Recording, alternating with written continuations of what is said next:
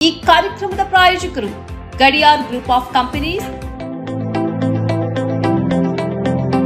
Gadiar Group of Companies, synonymous with excellence and innovation, stands as your dynamic partner for progress.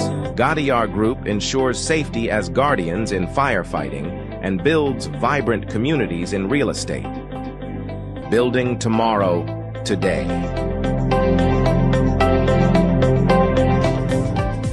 ವೀಕ್ಷಕರೇ, ಸನ್ಮಾರ್ಗ ಸುದ್ದಿ ಸಂಚಯಕ್ಕೆ ಸ್ವಾಗತ. ನಾನು RA Lohani. ಭಾರೀ ಮಳೆಯ ಹಿನ್ನೆಲೆಯಲ್ಲಿ ದಕ್ಷಿಣ ಕನ್ನಡ ಜಿಲ್ಲೆಯಲ್ಲಿ ಭೂಕುಸಿತದ ಆತಂಕ ಹೆಚ್ಚಾಗಿದೆ.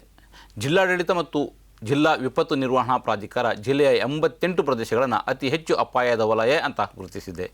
ಮಳೆಗಾಲದಲ್ಲಿ ಸಾರ್ವಜನಿಕರು ಹೆಚ್ಚಿನ ಎಚ್ಚರಿಕೆ ವಹಿಸುವಂತೆ ಅಧಿಕಾರಿಗಳು ಸೂಚನೆ ನೀಡಿದ್ದಾರೆ. ಲಭ್ಯ ಮಾಹಿತಿಯ ಪ್ರಕಾರ ಕಳೆದ 5 ವರ್ಷಗಳಲ್ಲಿ ಜಿಲ್ಲೆಯಲ್ಲಿ ಸಂಭವಿಸಿದ ಭೂಕುಸಿತಗಳಲ್ಲಿ 17 ಮಂದಿ ಮೃತಪಟ್ಟಿದ್ದು, ಪ್ರಸಕ್ತ ವರ್ಷವೂ ಈಗಾಗಲೇ 3 ಮಂದಿ ಪ್ರಾಣ ಕಳೆದುಕೊಂಡಿದ್ದಾರೆ. ಭೂಕುಸಿತದ ಅಪಾಯ ಎದುರಿಸುತ್ತಿರುವ ಪ್ರಮುಖ ಪ್ರದೇಶಗಳಲ್ಲಿ ಬೆಳ್ತಂಗಡಿ ತಾಲೂಕಿನ ಚಾರ್ಮಾಡಿ ಘಾಟ್, ನೆರಿಯ, ಶಿಶಿಲ, ಮಂಗಳೂರು ಸಮೀಪದ ಕೆತ್ತಿಕಲ್ ಸೇರಿದಂತೆ ಬಂಟ್ವಾಳ, ಪುತ್ತೂರು, ಸುಳ್ಯ, ಕಡಬ ಹಾಗೂ ಉಳ್ಳಾಲ ಭಾಗಗಳ ಹಲವು ಪ್ರದೇಶಗಳು ಸೇರಿವೆ. ಐಐಟಿ ಧಾರವಾಡ ನಡೆಸಿದ ವೈಜ್ಞಾನಿಕ ಅಧ್ಯಯನ ಮತ್ತು ಕೃತಕ ಬುದ್ದಿಮತ್ತೆ ಆಧಾರಿತ ವಿಶ್ಲೇಷಣೆಯ ಪ್ರಕಾರ ದಕ್ಷಿಣ ಕನ್ನಡ ಜಿಲ್ಲೆಯ 24%ಕ್ಕೂ ಹೆಚ್ಚು ಭೂಭಾಗ ಭೂಕುಸಿತದ ಅಪಾಯದಲ್ಲಿದೆ. ತಜ್ಞರ ಅಭಿಪ್ರಾಯದಂತೆ ಗುಡ್ಡ ಪ್ರದೇಶಗಳಲ್ಲಿ ಅತಿಯಾದ ಭೂ ಅಭಿವೃದ್ಧಿ, ಅಕ್ರಮ ಗುಡ್ಡ ಕಟಾವು ಹಾಗೂ ನಿರಂತರ ಮಳೆಯಿಂದ ಭೂಕುಸಿತದ ಅಪಾಯ ಮತ್ತಷ್ಟು ಹೆಚ್ಚಾಗಿದೆ. ಮಳೆಗಾಲದ ಪರಿಸ್ಥಿತಿಯನ್ನು ಎದುರಿಸಲು ಜಿಲ್ಲಾಡಳಿತ ಈಗಾಗಲೇ 115 ಪರಿಹಾರ ಕೇಂದ್ರಗಳನ್ನು ಸಿದ್ಧಪಡಿಸಿದ್ದು, ಅಗತ್ಯವಿದ್ದರೆ ರಕ್ಷಣಾ ಕಾರ್ಯಾಚರಣೆಗೆ ರಾಷ್ಟ್ರೀಯ ವಿಪತ್ತು ನಿರ್ವಹಣಾ ಪಡೆ ತಂಡಗಳನ್ನು ನಿಯೋಜಿಸಿದೆ. ಅಪಾಯದ ಪ್ರದೇಶಗಳಲ್ಲಿ ವಾಸಿಸುವ ಜನರು ಅಧಿಕಾರಿಗಳ ಸೂಚನೆಗಳನ್ನು ಕಡ್ಡಾಯವಾಗಿ ಪಾಲಿಸಬೇಕು. ಮನೆಗಳನ್ನು ತಾತ್ಕಾಲಿಕವಾಗಿ ಖಾಲಿ ಮಾಡುವಂತೆ ಸೂಚಿಸಿದರೆ ಯಾವುದೇ ಹಿಂಜರಿಕೆ ಮಾಡದೆ ಸುರಕ್ಷಿತ ಸ್ಥಳಗಳಿಗೆ ತೆರಳಬೇಕು ಎಂದು ಜಿಲ್ಲಾಡಳಿತ ಮನವಿ ಮಾಡಿದೆ. SIRಗಾಗಿ 2002ರ ಮತದಾರರ ಪಟ್ಟಿಯಲ್ಲಿ ತಮ್ಮ ಹಾಗೂ ಪೋಷಕರ ಹೆಸರು ಪತ್ತೆಯಾಗುತ್ತಿಲ್ಲ ಎಂದು ರಾಜ್ಯದ ಹಲವು ಮತದಾರರು ದೂರು ನೀಡಿದ್ದಾರೆ. ಈ ಹಿನ್ನೆಲೆಯಲ್ಲಿ ಸ್ಪಷ್ಟನೆ ನೀಡಿರುವ ರಾಜ್ಯ ಮುಖ್ಯ ಚುನಾವಣಾಧಿಕಾರಿ ಕಚೇರಿಯ ಹಿರಿಯ ಅಧಿಕಾರಿಯೊಬ್ಬರು ಮತದಾರರಿಗೆ ಪರ್ಯಾಯ ಮಾರ್ಗ ಸೂಚಿಸಿದ್ದಾರೆ.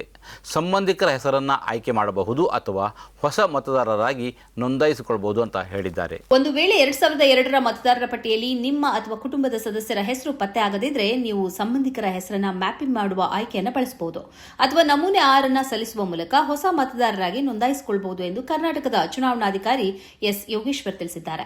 ಮತದಾರರ ಹೆಸರು 2025ರ ಮತದಾರರ ಪಟ್ಟಿಯಲ್ಲಿದ್ದು 2002ರ ಪಟ್ಟಿಯಲ್ಲಿ ಇಲ್ಲದಿದ್ದರೆ ಅವರು 2002ರ SIR ಪಟ್ಟಿಯಲ್ಲಿ ಹೆಸರಿರುವ ತಮ್ಮ ಯಾವುದೇ ಒಬ್ಬ ಸಂಬಂಧಿಕರ ವಿವರವನ್ನು ಉಲ್ಲೇಖಿಸಬೇಕಾಗುತ್ತದೆ.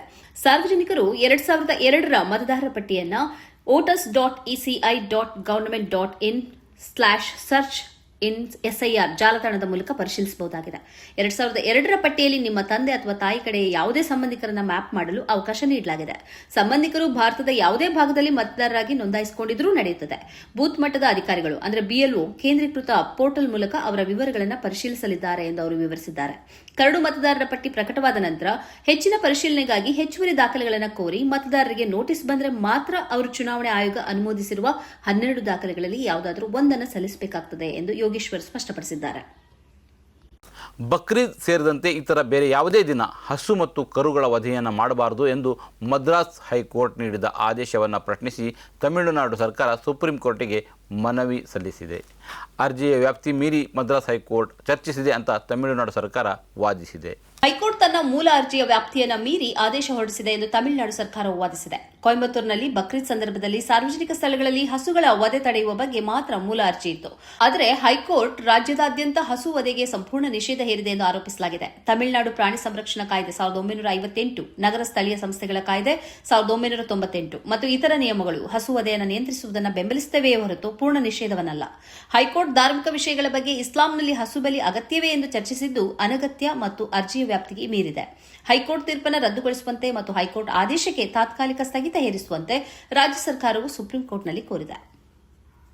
ರಾಮಮಂದಿರದ ದೇಣಿಗೆ ದುರುಪಯೋಗ ಆರೋಪಕ್ಕೆ ಸಂಬಂಧಿಸಿದಂತೆ ಬಿಜೆಪಿ, ಬಜರಂಗದಳ ಮತ್ತು ವಿಶ್ವ ಹಿಂದೂ ಪರಿಷತ್ ವಿರುದ್ಧ ವಾಗ್ದಾಳಿ ನಡೆಸಿರುವ ರಾಜ್ಯಸಭಾ ಸಂಸದ ಕಪಿಲ್ ಸಿಬಲ್ ಅವರನ್ನು ನಕಲಿ ಹಿಂದೂಗಳು ಅಂತ ಕರೆದಿದ್ದಾರೆ.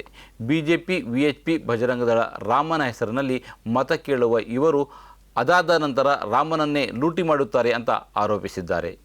ಈ ಬಗ್ಗೆ ಸಾಮಾಜಿಕ ಮಾಧ್ಯಮ ಎಕ್ಸ್ನಲ್ಲಿ ಪೋಸ್ಟ್ ಹಂಚಿಕೊಂಡಿರುವ ರಾಜ್ಯಸಭಾ ಸಂಸದ ಕಪಿಲ್ ಸಿಬಲ್, ಅಸಲಿ ಹಿಂದೂಗಳ ಬಗ್ಗೆ ಇವರಿಗೇನು ಗೊತ್ತು, ಇವರೆಲ್ಲ ನಕಲಿ ಹಿಂದೂಗಳು ಎಂದು ಆಕ್ರೋಶ ವ್ಯಕ್ತಪಡಿಸಿದ್ದಾರೆ. ದೇಣಿಗೆ ದುರುಪಯೋಗದ ಬಗ್ಗೆ ತನಿಖೆ ನಡೆಸಲು ಉತ್ತರ ಪ್ರದೇಶದ ಸರ್ಕಾರವು ವಿಶೇಷ ತನಿಖಾ ತಂಡವನ್ನು SIT ರಚಿಸಿದ್ದು, ಜೂನ್ 25ರಂದು ಪ್ರಾಥಮಿಕ ವರದಿ ಸಲ್ಲಿಸಿದೆ. ಆರೋಪಕ್ಕೆ ಸಂಬಂಧಿಸಿದಂತೆ ಈವರೆಗೆ 8 ಜನರನ್ನು ಬಂಧಿಸಲಾಗಿದೆ. 8 ಮಂದಿ ಆರೋಪಿಗಳ ಪೈಕಿ 6 ಜನರಿಂದ ಸುಮಾರು 80 ಲಕ್ಷ ನಗದು ವಶಪಡಿಸಿಕೊಳ್ಳಲಾಗಿದೆ ಎಂದು ಪೊಲೀಸರು ತಿಳಿಸಿದ್ದಾರೆ.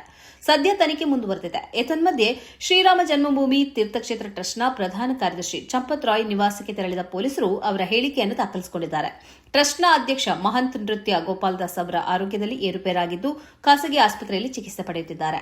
ಇದರ ಬೆನ್ನಲ್ಲೇ ಬುಧವಾರ ಮತ್ತೊಂದು ಸ್ಫೋಟಕ ವರದಿ ಬಹಿರಂಗಗೊಂಡಿದ್ದು ಕಳೆದ ವರ್ಷ ನಡೆದ ಮಹಾಕುಂಭಮೇಳದ ಸಮಯದಲ್ಲಿ ಅತಿ ಹೆಚ್ಚು ಲೂಟಿ ನಡೆದಿರುವುದಾಗಿ ತಿಳಿದುಬಂದಿದೆ. ಇದು ಈ ಹೊತ್ತಿನ ಸುದ್ದಿ ಸಂಚಯ. ನಿರಂತರ ನೋಡ್ತಾ ಇರಿ ಸನ್ಮಾರ್ಗ ನ್ಯೂಸ್, ಸುದ್ದಿಗಳ ಸಂತೆಯಲ್ಲಿ ಸತ್ಯದ ಮೊಂಬತ್ತಿ.